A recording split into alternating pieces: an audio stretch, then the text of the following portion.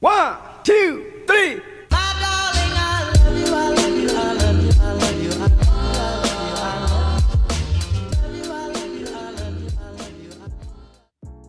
Okay, so to get started, you're going to want your canvas in a size A4 and in landscape.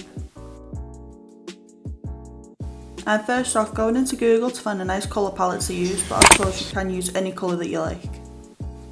I'm going to show you a little trick that I like to use. If you open Procreate and Google on the same page next to each other, just like I have here, if you find an image that you like and drag it into your palettes board, Procreate will actually pick up the colours out of the image and create a palette for you.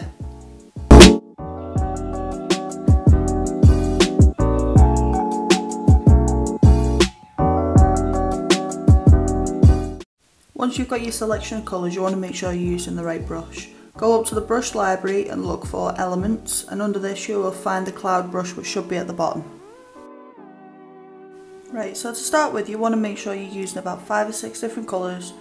Don't use too much pressure, make sure you've got some parts of the canvas coming through, and just place your colours anywhere on the page like you can see I am here, just so they look nice but they aren't too overlapping.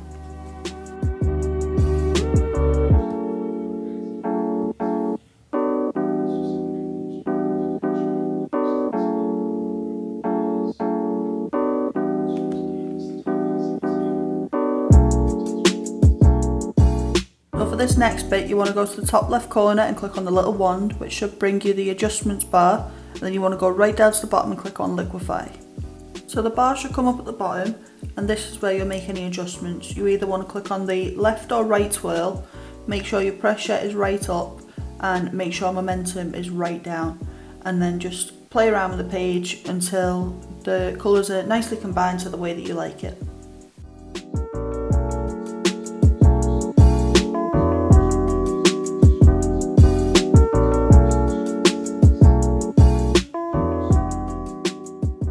As you can see, I even tried the expand tool, just to try and bring some colour back into the middle of that image. I then want to click on crystals and make sure that distortion is right the way up, and put this all over the page.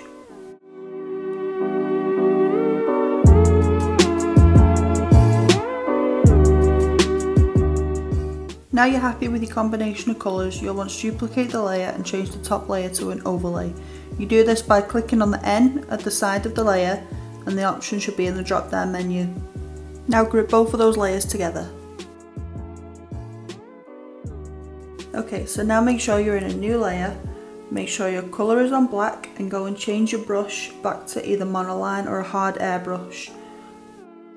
Make sure the size of your brush is on around 16%. And draw a half moon shape coming from the left side of the page. If you press down and don't let go, it should smooth out those lines for you. You then want to fill it in black and make sure that layer is underneath. Now make a new layer, drag it to the bottom and fill that in black. Then go back up to the coloured layer, double click and clip on clipping mask.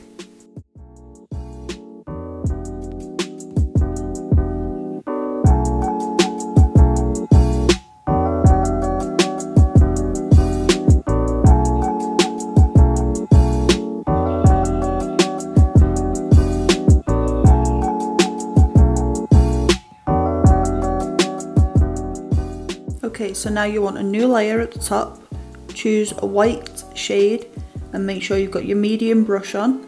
This should be under airbrushes in the brush guide. Size 15% and draw a curve following that first one. Then go to your adjustments, Gaussian blur and drag to around 30%. Your new layer again at the top, choosing black, and do the exact same as the white as you do for the shading, and just do a straight line down the left side, go to Gaussian blur again and drag again to around 30%, and there you go.